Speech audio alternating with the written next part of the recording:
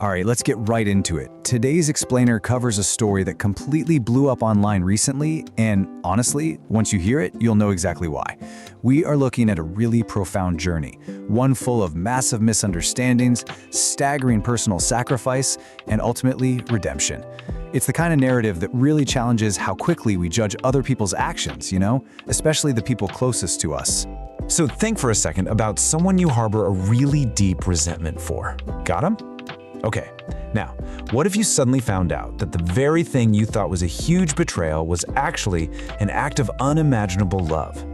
Well, this brings us to Mrs. Bowe. She's an incredibly wealthy, highly successful CEO, and in a very public interview, she just flat out coldly stated that she wouldn't care if her estranged brother, Boney An, died. To her, he was literally already dead. So let's start with part 1, the 5-year grudge. To understand this, we have to go back. 5 years ago, a horrific car crash left Mrs. Bowe and her younger brother orphaned and completely bankrupt. They were facing just a mountain of debt. Now, Mrs. Bowe firmly believed her brother, Boney An, simply couldn't handle the poverty.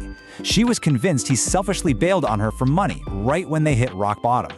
But hiding beneath that rock-solid belief was a devastating truth, a reality so heavy it was about to shatter her entire world. Which brings us to part 2. The secret diary. Fast forward to the present day. A reporter miraculously tracks down Boney An's belongings, including a secret diary, and actually reads it aloud on a live broadcast. Mrs. Bowe is listening from her office, and the diary just drops an absolute truth bomb. Boney An didn't flee because he was greedy. The truth? At just 18 years old, he was diagnosed with primary hepatocellular carcinoma, terminal liver cancer. Terrified of crushing his sister with impossible medical bills, he deliberately staged a massive fight. He wanted to make her hate him, ensuring she'd let him go without spending a single dime on his treatment. Just listen to this diary entry. He wrote, "I linked my remaining money to my sister's card. I'm going to die anyway. Why waste her money? Her money is too hard to earn." It's absolutely heartbreaking. He literally snuck out of the hospital terrified of dying, purely to make sure his sister wouldn't be burdened by his illness. His supposed ultimate betrayal was actually the most selfless thing he could possibly do to protect her.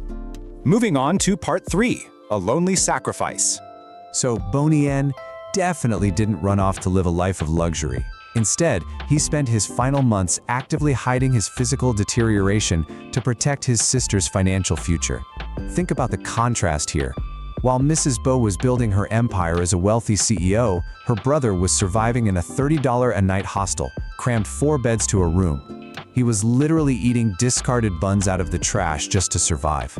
Because he absolutely refused to use his sister's money, he endured the agonizing pain of terminal cancer without proper medication, only buying the absolute cheapest painkillers when he could scrape together some change. During this brutal time, he met a kind stranger named Zhang who taught him how to survive on the streets. But even from her, he hid his terminal condition. He just flat out refused to be a burden to anyone. $2,000. That's all it was. But this exact number became a matter of life and death. In his total isolation, Boney An found a stray dog with a badly injured leg. He named the pup Chong Sheng, which translates to long life, basically hoping the dog would get to live the long life that he knew he wouldn't. But Chong Sheng desperately needed life-saving surgery, and it cost exactly $2,000.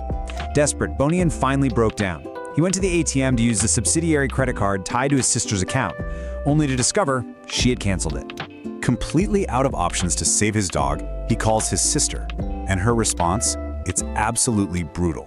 She tells him, "You only want money, right? I'm breaking off our sibling relationship today." She berated him, severed their final tie, and blocked his number.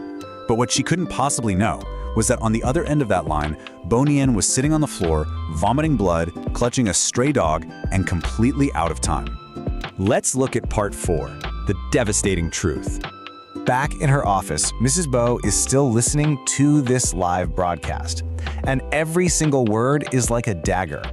As the broadcast maps out the timeline, from the parents' crash 5 years ago to his diagnosis and disappearance 6 months later, the live stream audience is hit with the ultimate gut punch. Boney An wasn't in hiding.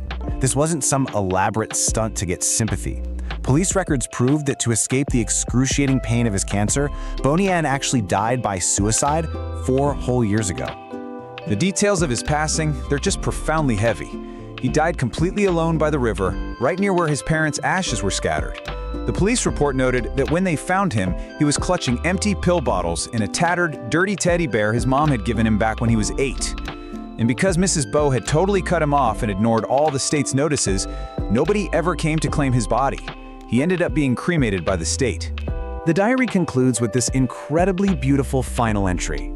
I will protect you, Cheng Sang. And sister, I will always, always protect you. Goodbye. Hearing that, Mrs. Bowe's cold facade just completely shatters. According to the accounts, she collapsed right there on the expensive carpet of her office, screaming in absolute inconsolable despair. The reality of her 5-year grudge, the realization that she spent half a decade hating a boy who literally sacrificed his own life to save hers, finally hit her like a ton of bricks.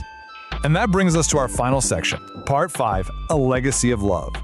Now, thankfully, this story doesn't just end in heavy grief. Mrs. Bowe did spiral into a very deep depression for a while. But after having a vivid dream where Bonian urged her to live well and be happy, she found a new purpose. She took the vast majority of her wealth and established the Neon Cheng Sheng Foundation, naming it after her brother and his loyal dog. And the real-world impact was massive, funding medical and psychological aid for impoverished youth fighting cancer, while simultaneously building up animal rescue systems so that no stray dog has to go without care. Over the next decade, we see Mrs. Bowe taking very specific, deliberate steps to heal. She burned the original diary using an eco-friendly method and buried its ashes right next to the little grave where Bonian had buried Cheng Sang.